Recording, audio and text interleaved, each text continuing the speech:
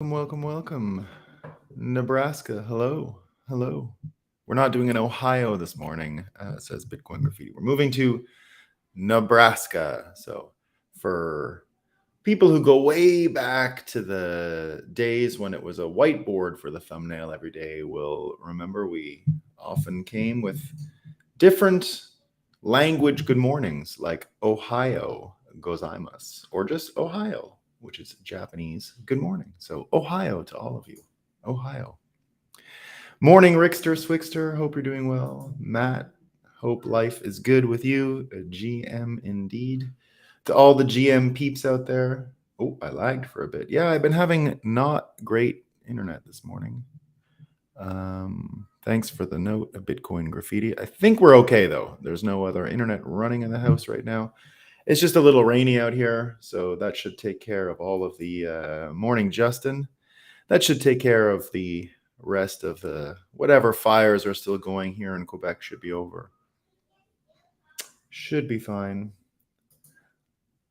But we've got to let the fire burn from Joseph, so we'll see. But we got enough of it. Good now, cheap. Starling, no, I'm not. Cheap Starling Basic. No, I'm not even in. I'm still waiting on those cables, so I haven't been able to make it back to Vermont yet. So there you go. Make sure the kids don't. It will interrupt the dial-up connection. All right, I've got better internet than that, guys. Come on. Yeah, the cable should be coming today or tomorrow. So, but I finally did get a cable that will allow me to hook my desktop in with the Ethernet cable, so the hardwire. You were not able to do that for a long time on Starlink with the new model, but now they've come up with it. So I've got two cable solutions here, so either or should work for us. We should be okay. We'll see. We'll see how it goes. The minute I hear from Amazon, speaking of Amazon, we're going to be talking about Amazon in a minute. But the minute I hear from Amazon that the part is there, I shall let you all know. Now, let me tell you, it is raining. It's pretty dark out. It's pretty bleak. I don't know what that's doing to my internet, but at least we know the sun is up. It's totally up. And guess what? Bitcoin running. All that's left for us to do is have a coffee, talk about what's new. But not with the kids on the phone. So, as you know, we like to start every morning with the fakest news we can find. We got a couple of good ones. But I got to go way back because I came across this one, even though it's a few years old. It's from one of the great contributors to Moscow Time, one of the all-time fakest news outlets, CBC News. Now, remember, they quit Twitter because the truth was mentioned about them, that they're state-funded, so now they're state-funded media. But that doesn't stop them from tweeting. And this one's from a while ago, and they actually had a radio show about it and everything. So here's what it is. Environmental impact of pets may mean it's time to eat the dog. All right. So if any of you are hungry, I guess it's all like pig. It's kind of like pork, right? It's just a cultural bias. They're probably going to tell you you're a racist for not eating the dogs, but we'll see. Speaking of racism, companies, what's going on, food, delivery, things like that. This is one of the most incredible things I've ever heard. And, there was a time when Bitcoin first started, when you would talk to people when they were on their Western world, first world perch, and you would say to them, well, we've got these trusted third parties that don't really deserve our trust and that are screwing up almost all of our commercial relationships because they're getting in the middle. We can barely have decent person-to-person commercial relationships anymore because these third parties are so corrupted. So that was a margin reading between the lines of what Satoshi actually wrote about. But it was there, right? You'd be in those conversations in the early Bitcoin days with people, and you'd say, I know it's not here that in America or Canada that banks can seize your money because they don't like your politics. And I know it's not here and it's other places, but you never know. And people would say, not going to happen. Are you kidding me? They sounded like me when I used to say to people, they're not going to use the Patriot Act to call people who were born here terrorists. They're never going to do that, right? They did it. They did it. And guess what? Whenever you were told years ago that I don't see why we can't have trust in these commercial entities anymore. What's the problem? We can trust third parties. Well, we got a lot of stories today that say you can't. And this is the first one. So Amazon, right? Imagine this happening 10 years ago, and what a catastrophe it would have been. What a story it would have been. How much anger. If this would have happened 10 years ago, it could have stopped Amazon in its tracks. But it happened today, and you can't even hear about it in the news. You only hear about it on Twitter and with people tweeting and things like that. So here's a story. I have not verified it. Okay, so it is a story on Twitter. So we'll see. But the scenario here, if it's not true, looks like it's plausible and looks like it could be coming to a doorstep near you soon. And this is what happened. So a delivery driver for Amazon misheard an automated doorbell for racism and reported it. So they reported the doorbell. So the Amazon guy goes to the door, ding, something racist came out. I don't know what it was, but he said racism. Nobody was home in the house, though. So the delivery guy called Amazon, and what did they do? They shut off the lights. They shut the entire smart home down before they even started the investigation. So they just powered the house down, right? Law enforcement via corporation is what happened, right? There was no due process or anything like that. And Grums, who has brought this to people's attention, so has what's his name? I can't remember his name, but he's the Ross. I've seen his YouTube videos. He's a guy who walks around New York City and has testified in Congress a few times because of how they make Apple devices so you can't repair them. And he's like a computer repair guy and has a lot, like he's got a huge YouTube channel. I can't remember his name right now, but he's great. I've seen his stuff sometimes. And he was the one who brought this to everyone's attention. And so Grums is sharing that guy's video and things like that. So here's what Grums says. That's at GRUMMZ. We didn't elect these companies, nor do we have a say in the laws they arbitrarily pen, but we handed them control over our lives. They are trading freedom for shiny beads and trinkets, right? So this Amazon story and trusted third parties would have been insane a few years ago, but here it is. This is just normal life, and it barely makes a blip on the register. You know, and it's the kind of Louis Roseman. Thank you. Yes, Louis Roseman. Yeah, I knew there was an R-O. I can remember that much. Yes, Louis Roseman. So I'm a fan. I've been for a while. And now we see a very similar thing this morning with another one of these third-party distributors, and that's the Apple store. So the Apple store, turns out they're going to be removing Damus, so the most popular Nostr app in the world.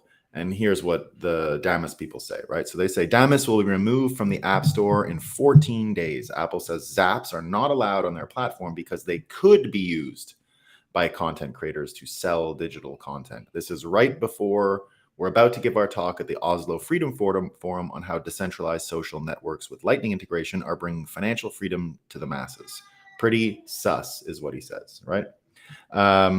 This would be a watershed moment. If people can't transact freely on a P2P platform, this has huge implications for the entire ecosystem. Just a second.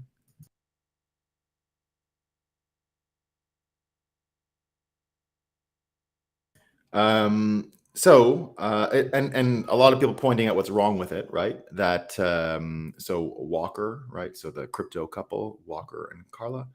Walker America says, so Apple is following China's lead yet again. This is shameful. The Italian temptation appears too strong for them. Luckily, Nostr is a hydra. And so lots of people making the point here as well that the whole thing won't work and doesn't make sense, even their excuse. And Walker puts it this way. He says, hey, Apple, users on Damus app are not receiving content from digital content creators. The content is posted on Nostr via many clients and is completely free for everyone. Users are not paying for the content. Nothing is being purchased. Please correct your mistake. So will they correct it? We don't know. Maybe. I mean, it does sound like this is sort of a typical corporate mistake, right? I can't imagine that this is something that was premeditated, but maybe, right? So I can see a world where Apple today, right, says, whoops, you're right. We had it wrong. We didn't understand what was going on. At the same time, I could see way more of this stuff happening, right? So how do we get to this point? I was watching a really neat documentary last night, or not just a YouTube video. And the source is Truth Stream Media. And what they were talking about, the video is called Obsolescence is Created in the Mind. So they went through the history of American consumption, and they mentioned stuff we talk about here all the time. So Edward Bernays' role in all of this. Edward Bernays, of course, is someone we've talked about many, many times here. For those of you who are new, Edward Bernays was Sigmund Freud's nephew, and Edward Bernays is best known for being the leading mind in American propaganda from the 1920s straight through to the 1960s. And Edward Bernays, so he wrote the book Propaganda, which he altered the title of after Goebbels and the Nazis became so popular and the word propaganda became so negative, had such negative association. So he recast the word to be public relations. So he coined the phrase in America, public relations. He's also the person responsible for women smoking. So he knew why women didn't smoke, and it was a psychological inhibition to be seen as a weak-moraled woman or something like that, and that the shame associated with smoking in public was actually keeping the sales of cigarettes down. So he came up with a scheme, because everything that he did was based on psychological persuasion, not persuading on the facts of a product. You know, the facts of a product type marketing stopped working when Edward Bernays entered the scene, right? Because when it was facts-based marketing, the way it worked was this product will last long. That didn't do any good for anyone, right? No one wanted the products to last. If you were selling them, they wanted to induce more consumption. And so everything had to be psychological, and Bernays absolutely trailblazed this whole thing. So Bernays, for cigarettes, for example, what he did was on July 4th, he had the New York Times. He pumped up and hyped up the New York Times, saying, you're going to see women light lamps of liberty on Fifth Avenue during the July 4th parade. And so he got the media to stand in one corner. He hired a bunch of models. They come to the corner. And what do? Right? It's a mystery to the journalists. They light up cigarettes. Big splash. How clever. And overnight, the association that women had with being seen as licentious if they're smoking was altered psychologically to say now they're actually lighting lamps of liberty. It's about their freedom. It's about their emancipation. And so, boom, overnight, women are hooked on cigarettes. They're hooked on having their smokes lit by men. They're hooked on using cigarettes as part of this whole I'm free, let's hang out situation. So, look, you know, I'll still admit that a woman smoking a dart can be attractive, right? Not something I'm chasing after or anything, but look, there is a whole courtship that came around it. Not all of it was terrible, I guess, but cigarettes are obviously bad. But Bernays helped bring in a situation, and from him on, from basically the 1950s on, and this YouTube video shared this results, from 1954 on, advertising volume, so you can actually track advertising volume against GDP pretty simply from about 1900 on. And at the start of the century, right, what we understood of as our GDP was really high, and advertising was like nothing, right? It was nowhere near measurable in the grand scheme of things. But in 1954, it actually passed the relative growth in it, pardon me, so not the overall amount. The relative, obviously, you can't. The advertising budget can't be larger than the whole economy in which it's advertising, I think.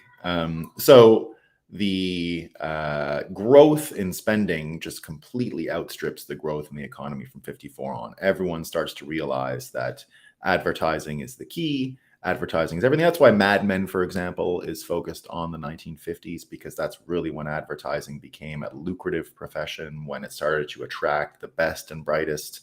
When people started to come onto the scene who had been educated by folks like Bernays and his ways, right? So before him, it was Bernays pioneering, and then you had the other idiots saying, oh, this shovel will last forever, right? Well, those companies went away, right?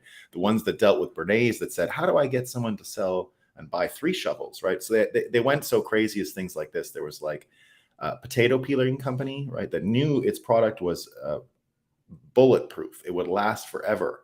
And what they wanted to induce with that was how do we get people to buy more potato peelers? So what they did was they colored the potato peeler the same as potatoes in the hopes that they would get thrown out with the potato peels that they had peeled. No kidding. That was one of the moves. And I mean, like even consciously done, right? So here was a newspaper on how this stuff started to get um, um, layered into the system that we know. And one of them comes from US cars. So here's an unbelievable quote, right, about car buying. So the latest form of capitalist slavery, they said, according to an announcer on the Dinah Shore show who sells Chevrolets, is one car captivity, a lovely phrase. You're chained to the land like serfs in the Middle Ages, you peasants who own only one car. That's the latest brand mark of the underprivileged, one car. Now, this is in a newspaper, right? It's a newspaper. At the time, you only had a little bit of television. Almost all of television was based on advertising. And there was only like 3 channels, right? And they did all this advertising. That's what paid for the programs. Almost all the advertising was how to be a happier wife, how to be a better kid, how to be a better husband, how to get people to love you if you're the husband, how to provide for them, you know, so that they love you, all that kind of stuff, right? So that had been going on. Yeah, no, we are. If you're new here, we love nicotine. We talk about the benefits of nicotine all the time. So it's the cigarettes that are the worst, right? You have to make a distinction between cigarettes and nicotine. They're not the same thing. And so we talk about there's a great book out there called La Divina Nicotina, and it's the cultural history of tobacco. And I recommend anyone to read it because it's excellent. So this idea of the early advertisers dominating television, dominating what was on the air, and then that stuff even being called news, right? We call it earned media when advertisers are able to trick the news into writing stories about what's going on in or with products or commercial products or anything like that. And in the 50s, it was just what they did, right? Because it was such a new thing. It's like the way we do news today is what's happening on Twitter, and then we talk about it. The way they did it back then was what's happening on television, and then they talked about it. So the advertisements themselves were news back then, which is hilarious. And so all of that to say, if you look at what some people were saying yesterday, so yesterday and the day before, a lot of people were talking about Anderson Cooper. So Anderson Cooper of Vanderbilt, right? One of these people who his family's been around a long time talking about changing consumption habits and all these things. And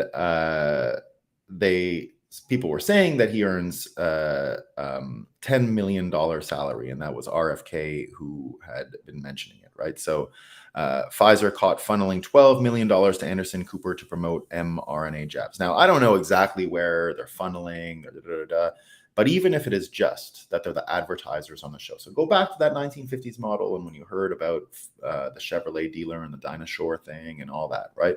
It's the same idea. We don't know. I doubt Pfizer handed Anderson Cooper a check, but if they're the company responsible for 80%, which is what we're told, 80% of advertisements during Anderson Cooper's show, and they generate so much money from that advertising, and they pay Anderson Cooper's salary with that advertising money, it probably would be something like $10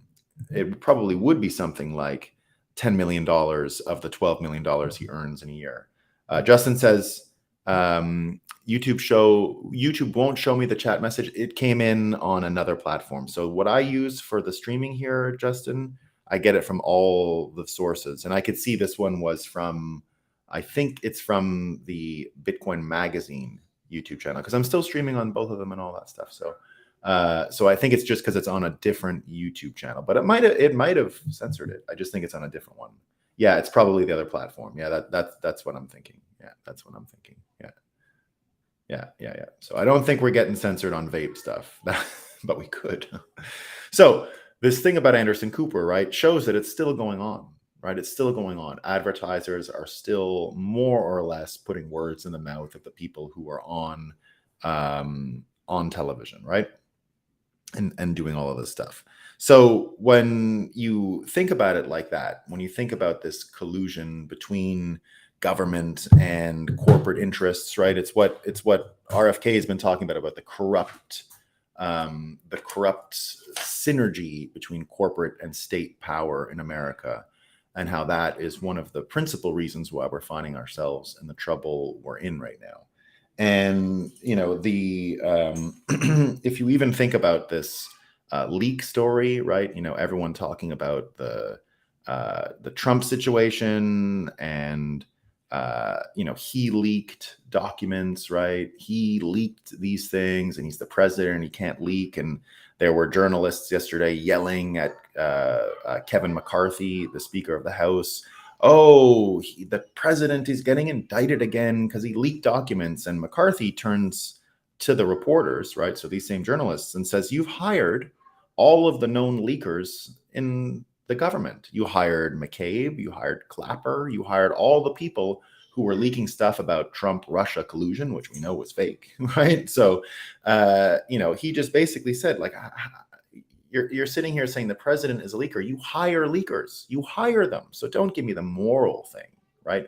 We can see exactly how situational this leak thing becomes, right? It's a problem when it's one person doing it. It's not a problem when the media does it, right? And Glenn Greenwald picked up on that point. So this is what Glenn Greenwald said about that, right? Glenn Greenwald's point of view is that the leakers have been doing this, and it's basically their only job, right? They've been doing this forever. Let me just get this Glenn Greenwald quote, right? So here's what he says, right? It's genuinely bizarre to hear corporate outlets like the New York Times express shock and indignation about someone disclosing classified information to those unauthorized to receive it. These outlets depend on this practice. Literally every day, the New York Times reporters receive classified info, right?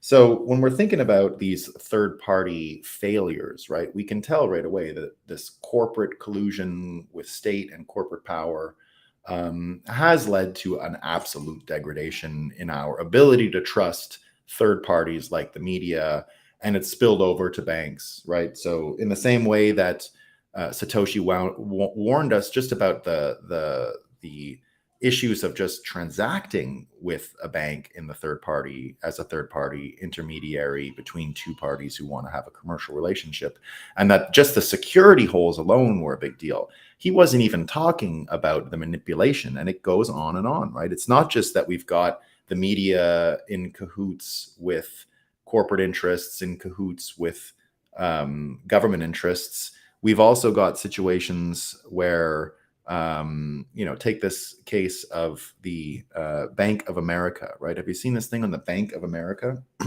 We've got, according to FBI whistleblowers, this is from Thomas Massey, the Bank of America shared private financial information of its customers, such as who made purchases at gun stores, with the FBI without a warrant or legal process. Jim Jordan and I are now demanding to know if other banks are doing the same, right? So not only are the banks going to get defrauded, they're actually colluding to abuse their third-party status, their trusted third-party status in those commercial relationships, right? So, between the banks and the media, there doesn't seem to be much desire to ever tackle any of these problems, right? And now you get this story out of the Tony Awards, and I think it brings it all together as far as the media talking points, persuasion, influence, how they're really just interested in preserving their own status. And if, for example, with Trump, right? With Trump, they've been saying it's a moral case, right? You remember what Jill Biden said when Joe Biden was on the ballot? Decency is on the ballot, right?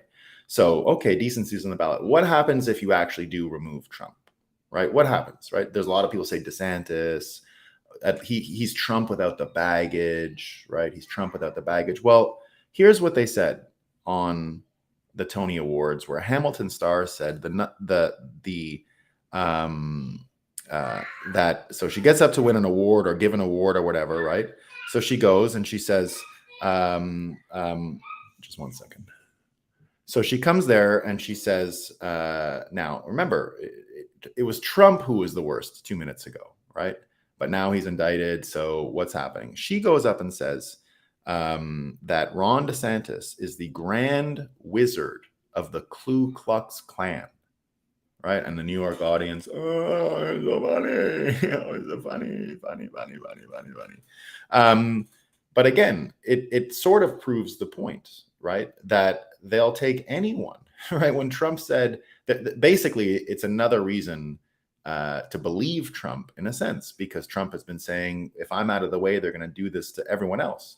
And that's what a lot of people feel. I know when I saw Trump arrested and in the court, it weirdly felt, and I didn't expect that feeling, that I had been arrested, right? Like, in a sense, like it felt like I was somehow, it was a type of claustrophobia, you know, in a way, right? I don't want to make it dramatic. It's just when I saw him when he was indicted last time in that room, I said, you know, ooh, this is a little more intimate than I thought it would be for me personally, right? And so it looks like they're doing this kind of stuff again. And now guess what today is, right? So today is his new indictment in Florida. And guess what we're going to get?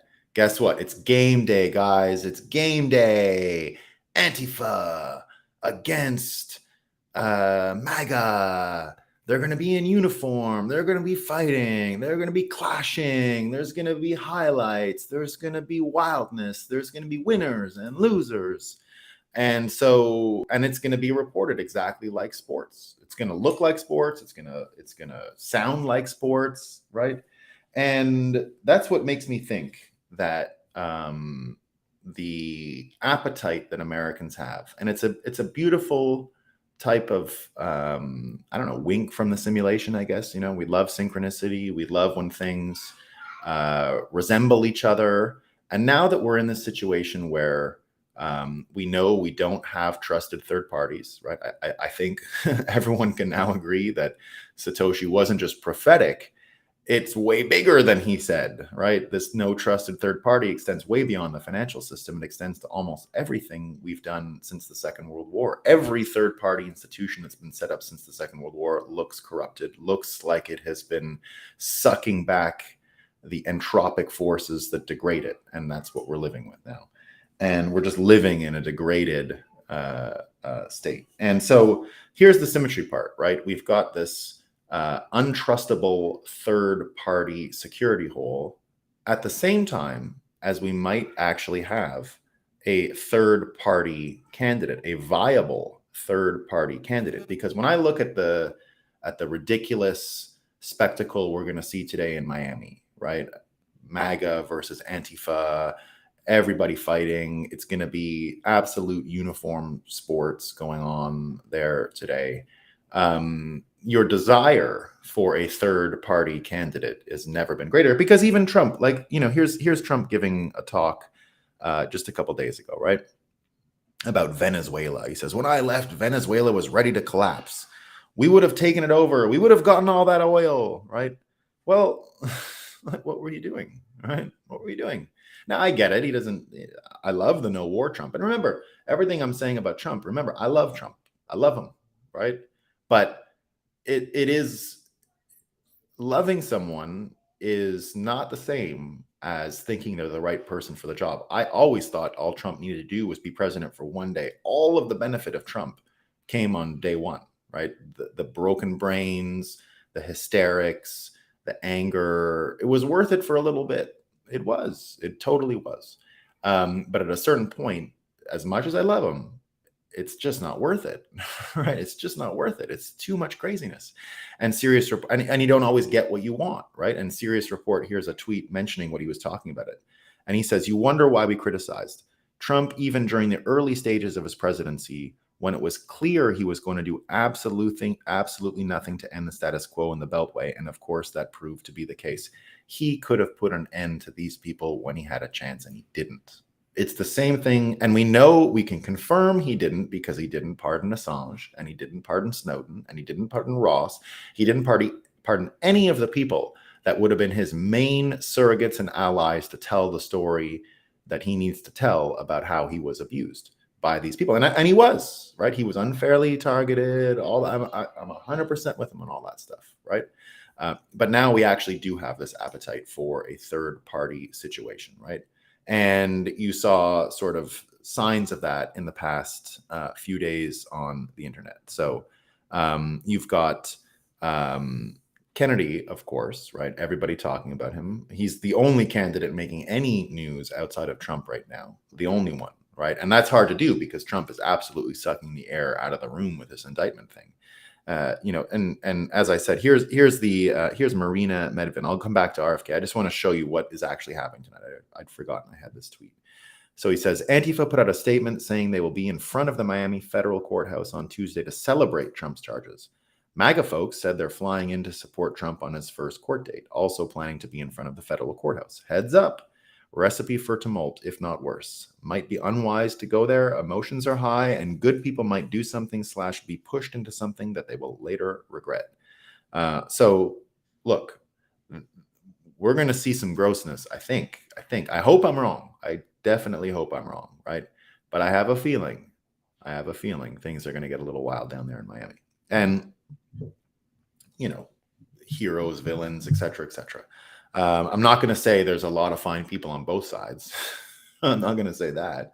But I'm sure there's going to be some decent people there. But other than that, you're going to get into trouble. So the thing about the third party candidate, right, is that RFK is taking shots at both sides, is not really your typical Democrat, is draining a lot of Republican support as well as Democrat support. And I think he can do both, right? Because Trump always has the blind spot of the vaccines, right? Trump can say, just like this series report said about, oh, when I left Venezuela, it was great. We could have had that, right? Well, what about Fauci? What about warp speed? What about all this stuff, right? Did Trump ever really understand?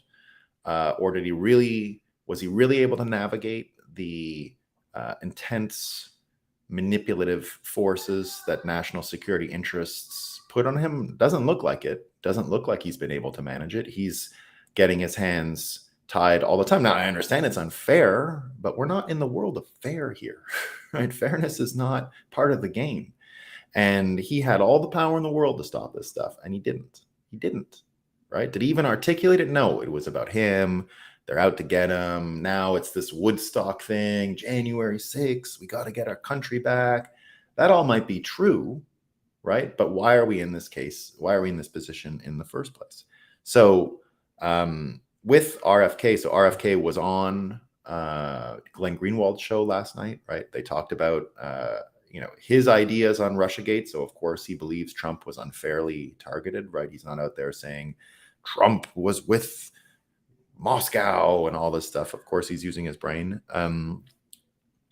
He also talked about that pardon of Assange and Snowden because it is probably the most important thing in order to articulate exactly where things go wrong. As long as those two stay on the sidelines and as long as those two are treated like criminals, you're not going to get the full conversation in America with everybody. You're getting it with more and more people every day, right? And that's what's so makes Bitcoiners so enthusiastic, is that we see we're growing, right? We're not the people giving up in despair. We're not the people going to the Miami courthouse hoping democracy saves us, right? You're not going to find a Bitcoiner down there.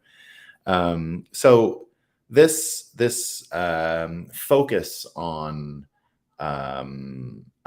freeing Assange and Snowden and Ross really does get to the heart of this collusion between state and corporate power and all of the troubles it's brought us. And that's exactly why, him on that show with Glenn Greenwald last night was so interesting, right?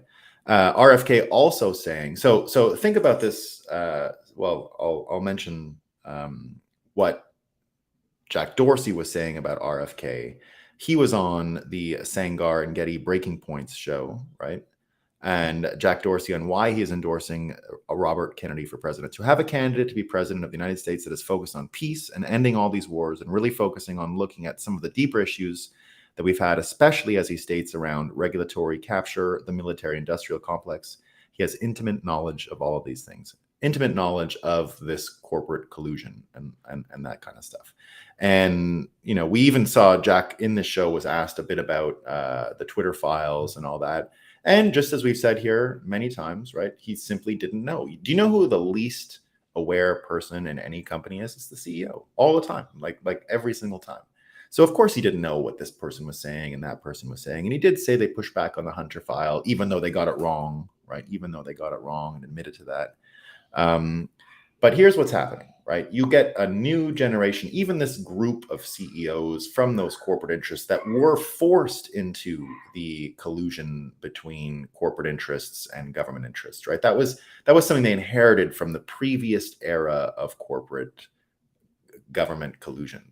And now it has come to them, and RFK even noticed, and this is RFK tweeting about Mark Zuckerberg, who was on a podcast with Lex Friedman talking about the same issues. And he said, we got it wrong and we were manipulated. And he didn't say manipulated, but they were switching back and forth. We tried our best. We got screwed up, but seemed to suggest he's not that,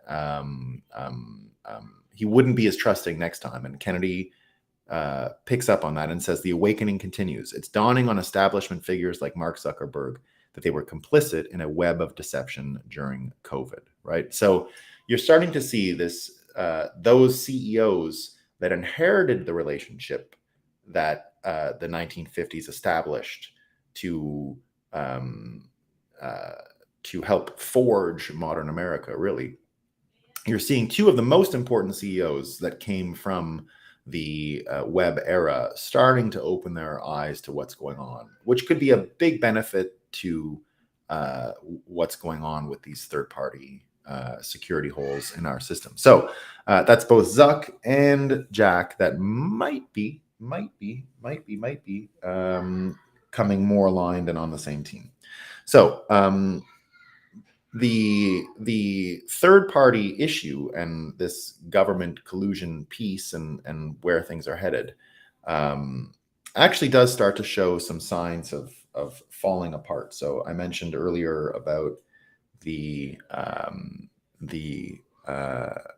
Bank of America, what's going on with all of these institutions that are working closer and closer with FBI and agencies, things like Amazon, pushing corporate policies and things like that. Well, a lot of that does stem from corporate governance and the way things have worked and government's role even in that. And this new ESG thing is all about that, right? It's all about another layer of bureaucracy that will be easy to regulate and put more regulation inside of the corporate structure. And of course, who's the main purveyor of that? It's the SEC, right? Now, when we talk about World War II and everything that was created in that era never being shut off, and we're still running in the society we built around World War II, remember, it was JFK or it was RFK's grandfather who created the SEC in the first place. And here's that simulation wink again, right? Of all the third-party institutions that are responsible for helping this collusion between corporate and private and government interests, the Federal Reserve is a big part of it, but that's more in the incentive model, subtle manipulation of the currency itself, which is, as all Bitcoiners know, the most important subject. But it actually flowed directly to the SEC, and the SEC, because it's so intimately related to markets and money, had a big role in shaping what went on. And this corporate governance, social and environmental ESG business is more of that, right? That's why when you think about environmental and social governance, they're not even related. They're not the same thing, even close. But that's why they're being injected into the company at that point. These are two regulatory things that can work really well, right? And in order to get more connections and sinew between government and private interests. So The good news about that, with all that's been going on with the SEC lately and Gensler and people talking about it, and remember, as much of a Bitcoiner as I am, I never want to see the SEC going after shitcoins, simply because I hate the SEC more than I would dislike any ridiculous scam projects, all of which are absolutely scams, right? So don't get me wrong. Don't get me wrong. So here's what's going on. Warren Davidson, U.S. congressman, has filed legislation to impeach and fire Gensler, saying the U.S. capital markets must be protected from a tyrannical chairman. So is this the turning point? Maybe. I mean, we're seeing American focus understand something that was not really easy to understand when Satoshi first wrote about it, right? The trusted third-party security holes and how much influence they have in our actual systems. Now we're seeing with the iStore or the Apple Store with Damus, we're seeing it with Amazon shutting your house down if you had a racist doorbell.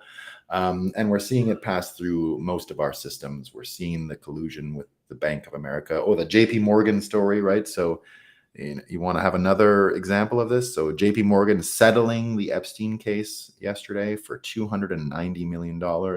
Of course, it seals all of the details. We won't know what's going on. That's the end of that.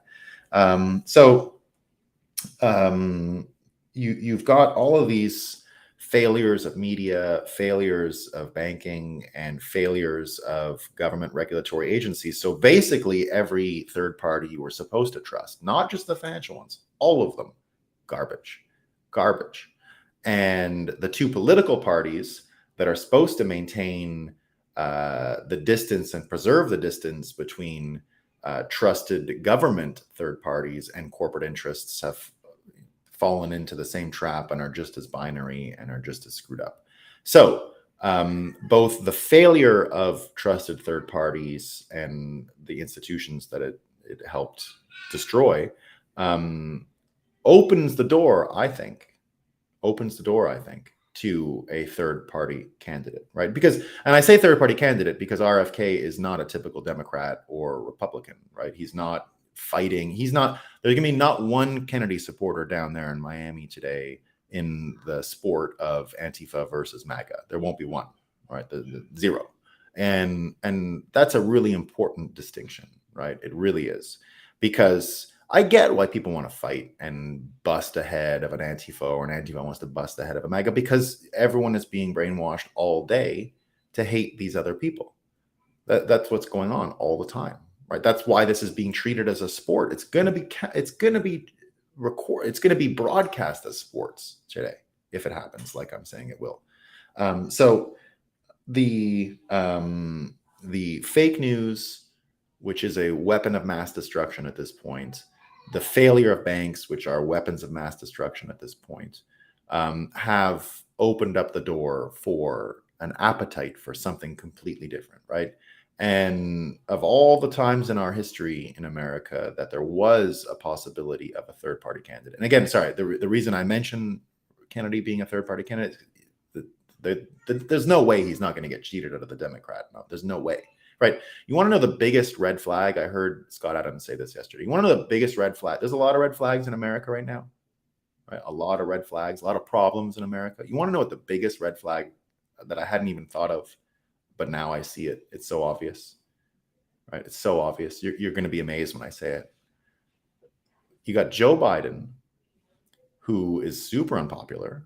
Right? We can all admit that. I think if any of you are hardcore Democrats here, which I doubt, but if there is someone, you can at least admit he's not popular, right? So this is the biggest red flag. Imagine someone who is so unpopular as him, not really seeing a need to run. Is he really running? Is he campaigning out there? No. Why? Even if is it energy, right? Is he old? Well, that's another reason to not do it, right? So it looks like he doesn't need to campaign, or at least believes he doesn't need to campaign. What does that say to you?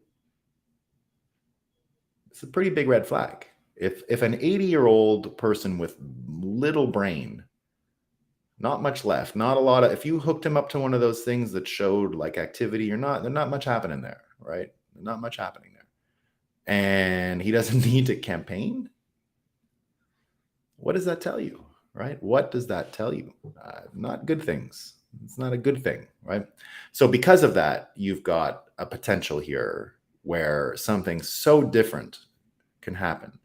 And I think Dorsey and all these other people who are seeing this third party potential understand that this third party candidacy can help wipe away the need for trusted third parties commercially. And that's what the end of the unholy alliance between corporate and government power would look like.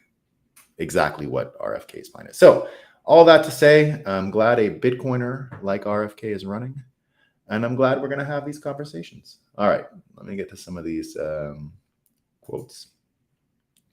Morning, Bitcoiners. Caught the YouTube of Satoshi Wedding Murders last night. I hope you liked it. There's another one coming soon, guys. Once I get to those 1,000 subs, I'll release chapter 2, and then I'll start releasing chapters here and there. I won't use those things. Most family and friends would poo-poo my boy about handling over data control. Yeah, I've never, Siri is not welcome in my house. She's an idiot. Alexa is a complete moron, and I own 0 Alexa things.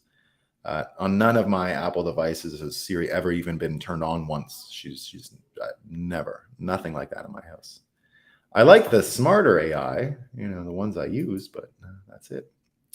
Adam Curtis made it about Bernays called The Century of the Self. Thanks, PH. I'll have a look at that.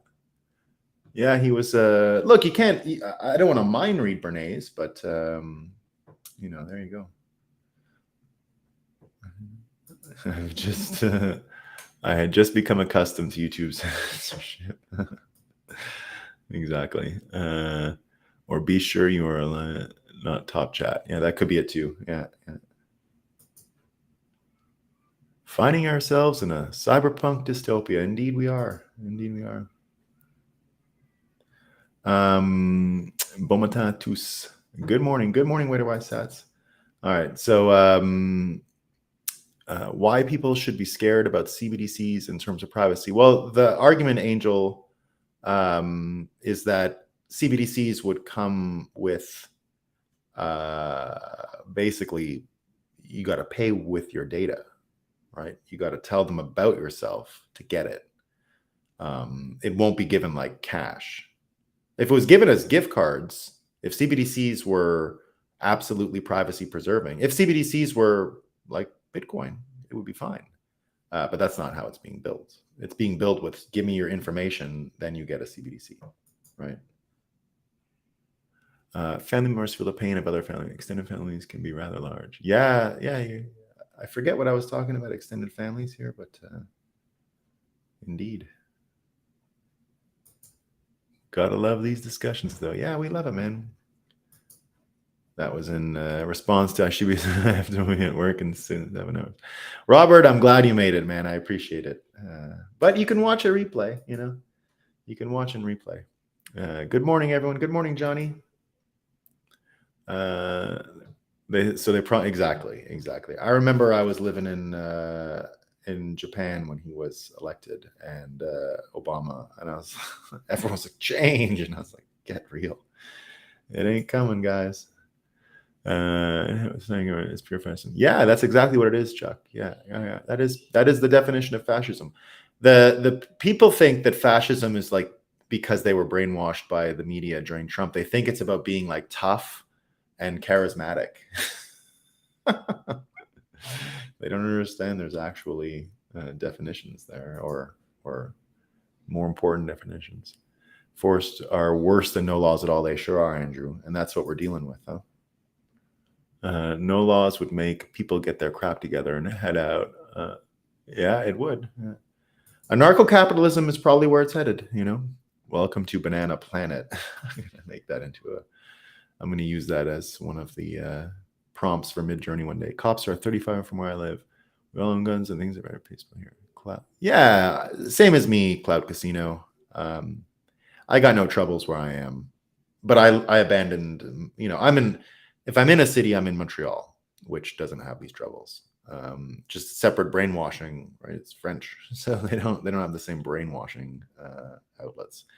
But otherwise, I'm in rural Vermont, and we got the guns, so we're good. Low energy brainwaves. That is our great friend. That is our great friend Biden. No diversity either, so a really high trust community. Yeah.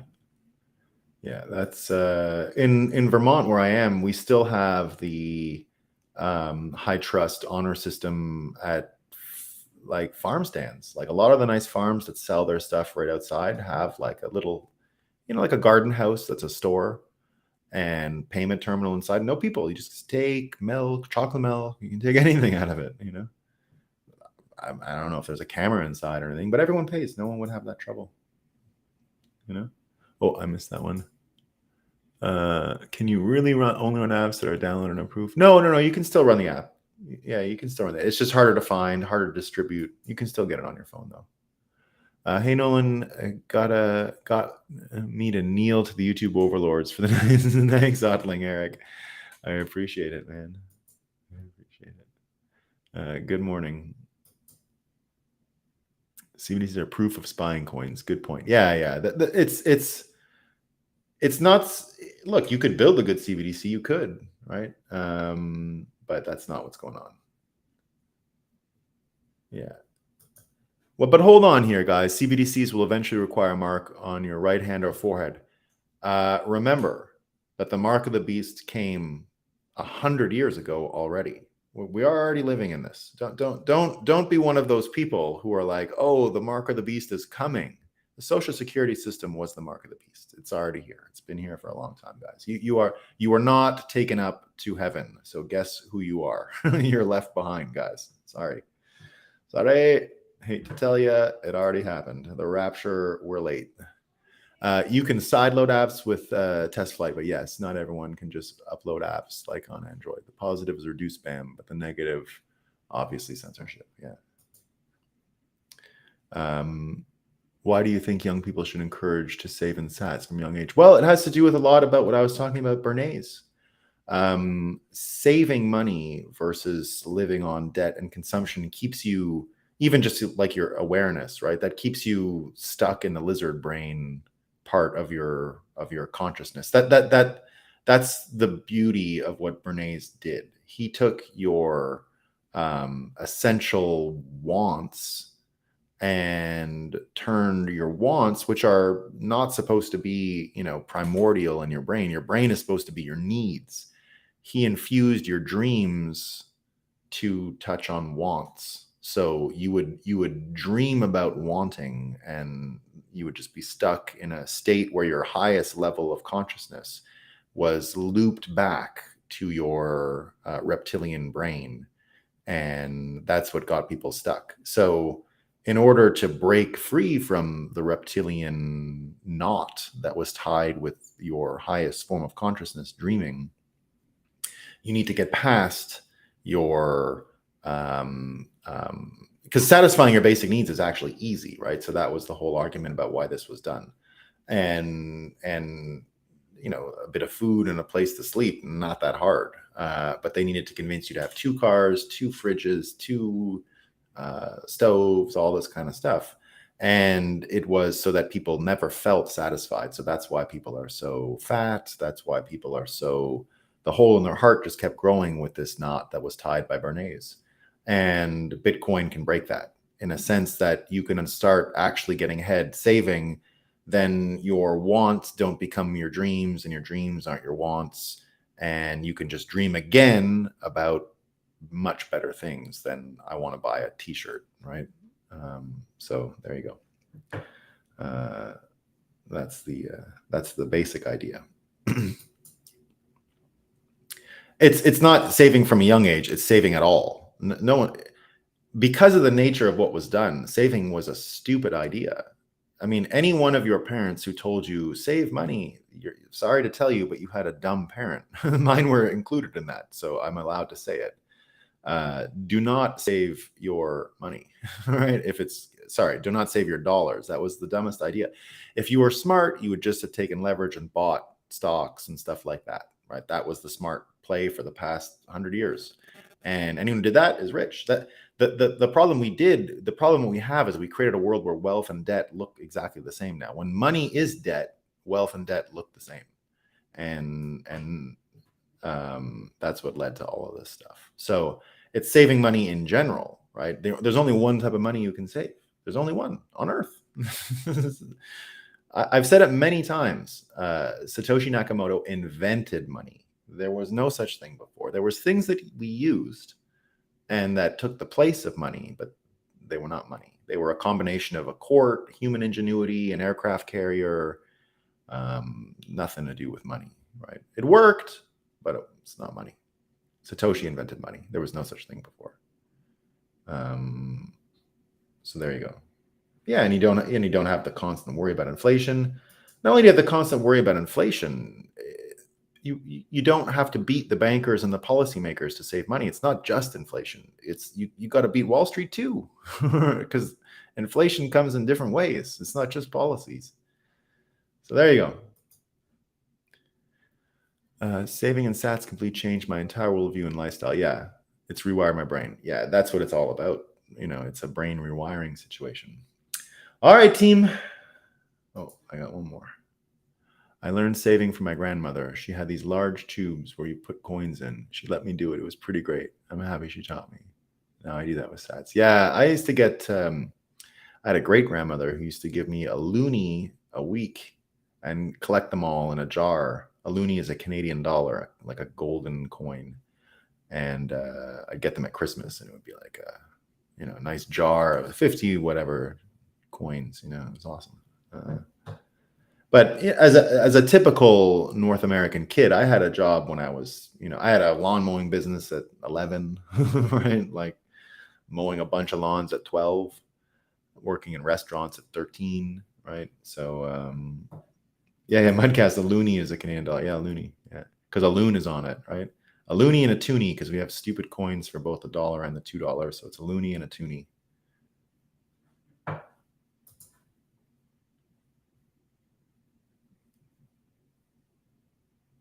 I saved dime in my old man's glass. Cool, man. Yeah.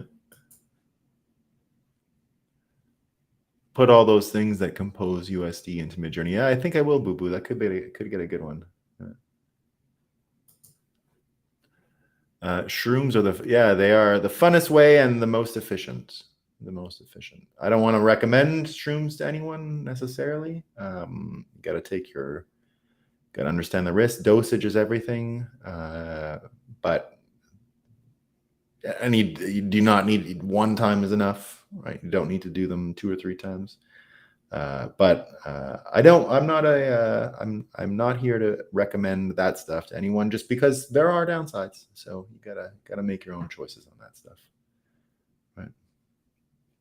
It's not poison, though. I will say alcohol is poison. Personally, I wouldn't put shrooms as poison.